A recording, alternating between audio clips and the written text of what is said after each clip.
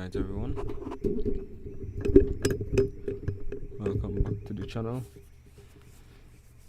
So, we're going to be continuing the research on video games, history of video games. Tonight, right? As I said before, I didn't see it actually. I didn't see that. Hold up.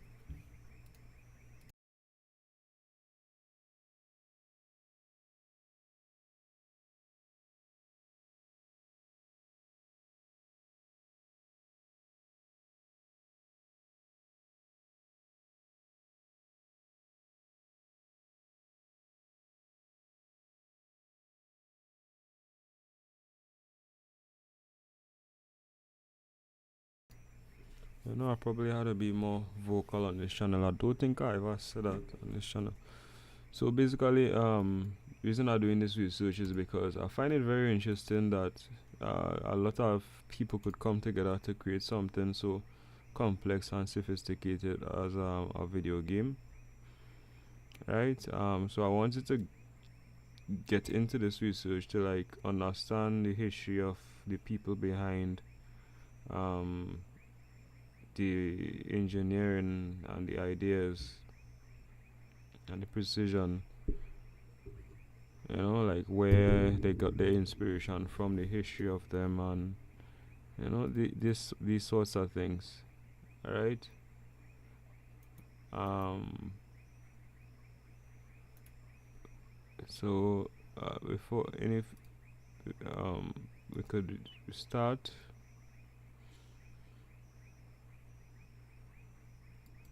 All right. So a video game, right? A video game, computer game, or simply an electronic game that involves interaction with a user interface or input, such as a joystick, a controller, keyboard, or even motion sensing device. Okay, to generate visual feedback from a display device, most commonly shown in a video format on a television set, a computer monitor, a flat panel display, or touchscreen on handheld devices, or a virtual reality headset. If you have that kind of money, if you're rolling in cha-ching, right? Most modern video games are audio visual, with audio complement delivered through speakers or headphones, and sometimes also with other types of sensory feedbacks. Example, sometimes the controller vibrates. That's called haptic technology, that provides tactile sensations. Some video games also allow microphones and webcam inputs for in-game chatting and live streaming. Okay. So video games are typically categorized according to their hardware platform, right? Which traditionally includes arcade video games, console games, and computer games. Computer games within itself also contains LAN games, online games, and browsing games, right? Browser games, I should say. More recently, the video game industry has expanded onto mobile gaming through mobile devices. Right? They have virtual and augmented reality systems and remote cloud gaming as well. Right? Video games are also classified into a wide range of genres based on their style of gameplay and target audience. Right, so it's about a wide range of video games. It has so much different stuff when it comes to video games.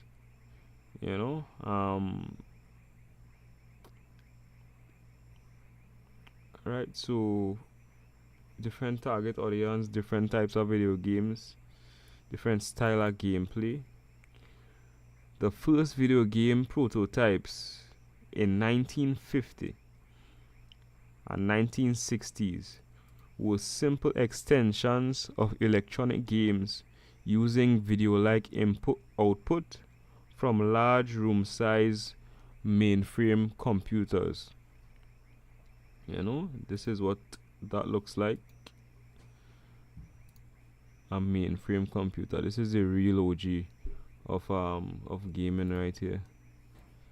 Big boy. Has a chain on it and everything.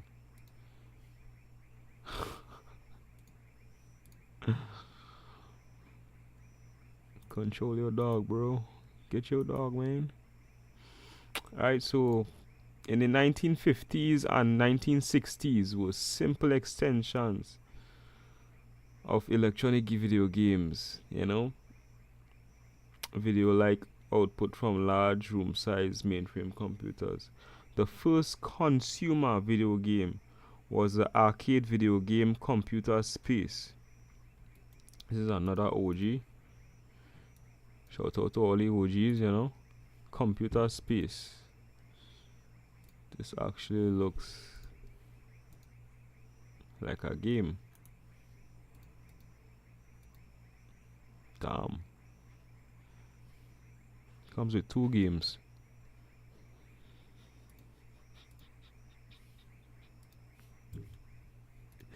Right, so I'll leave it. Oh, this is Computer Space. Right, so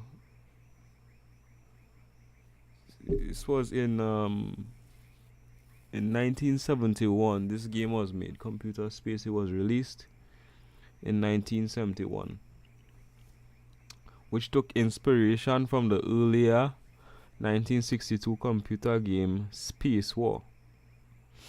You know, so there was just building games, all for games.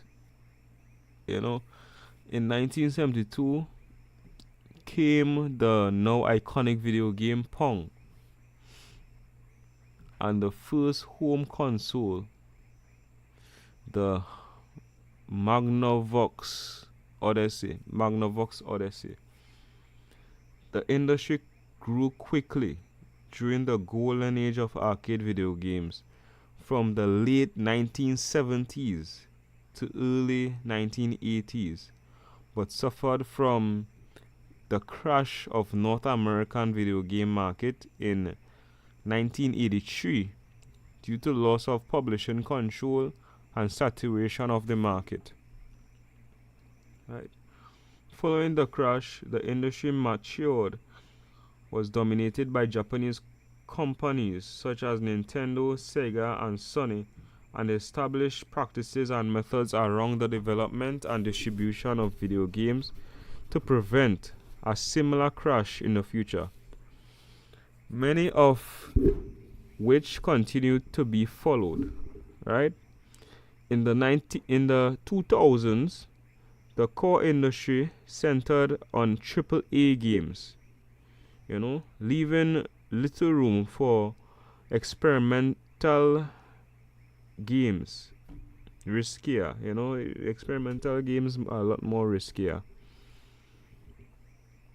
you know, coupled with the availability of the internet and digital distribution. So no more physical like CDs and these types of things.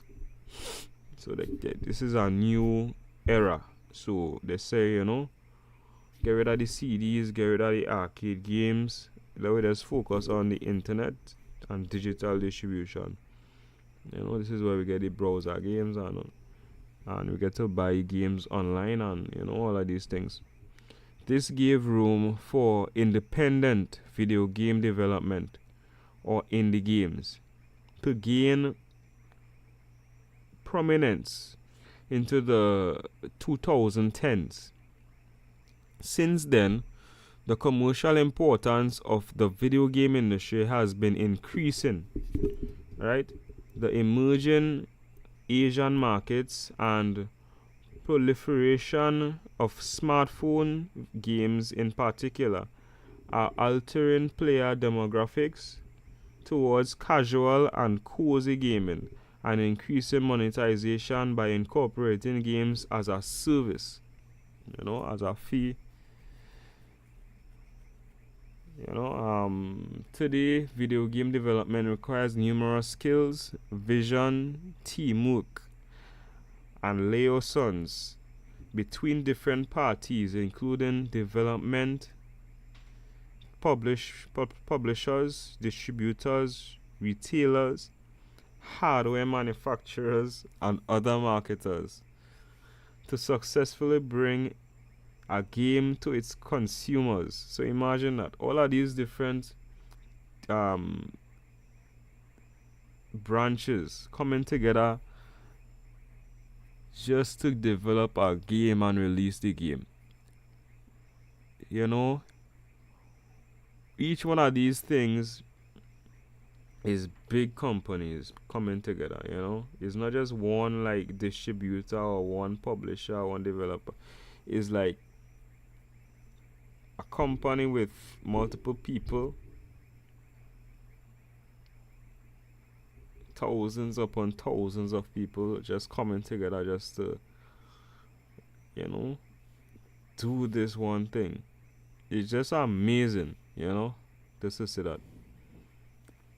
As of 2020, the global video game market had estimated annual revenues of 159 billion across hardware, software, and services, which is three times the size of the global modern entertainment industry. Oh, that's not. Hold on. Oh, I read that wrong. Which is 3 times of the global music industry and 4 times that of the film industry in 2019, making it a formidable heavyweight across the modern entertainment industry. The video game market is also a major influence behind the electronics industry, where personal computer components, console, and peripheral sales, as well as consumer demands for better gaming performance, have been powerful driving factors for hardware design and innovation. So that was a lot to take in, but basically a lot of people came together to develop one game, and through generations since before 1950s, I believe it had persons in a state in America that they came together during, I think it was 1945 or so, to develop a kind of program, a software or something like that. Hold on, I think it's somewhere. I read it before. The Nimrod computer was 1951. What is this? No, it's not this. It's not this. It's not this. Hold on. Hold the phone. Hold the phone. Hold the phone. Okay, you're holding the phone right now. Now put it in your pockets. Spin around like 10,000 times. And I can't find the source. But in a state in America during World War II or somewhere around that era, they developed technology. Oh, look at it here. Look. No. Massachusetts. It was in Massachusetts. I believe it was a college or something like that. And they developed a computer that was able to run, I think it was GTA 8 or something like that. One of the first games you know, and it was just for like to show what uh the prototype. I can't talk. English is a hard language, you know. Let me see. How to learn some more English. But anyways, they developed one of the first computers, is what I'm trying to say, and yeah.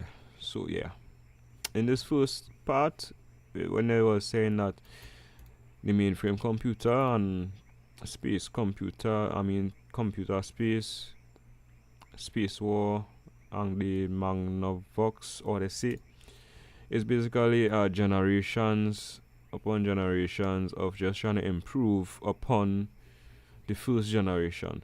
So yeah, and it's just amazing just to see that something like that just get their hand on over and over and over. And as it getting hand down, is like more people gathering, joining, just to make it more competitive. So it's always amazing to see these types of competitions, you know. So yeah, that's it for the video. Until next time, we will go down into origins and learn some other juicy stuff about computers and the people behind certain aspects uh, in computing and engineering in computers, and then the terminology after that. And hope you have a good night, a good day, a good evening, a good afternoon, a good life. Till next time, I am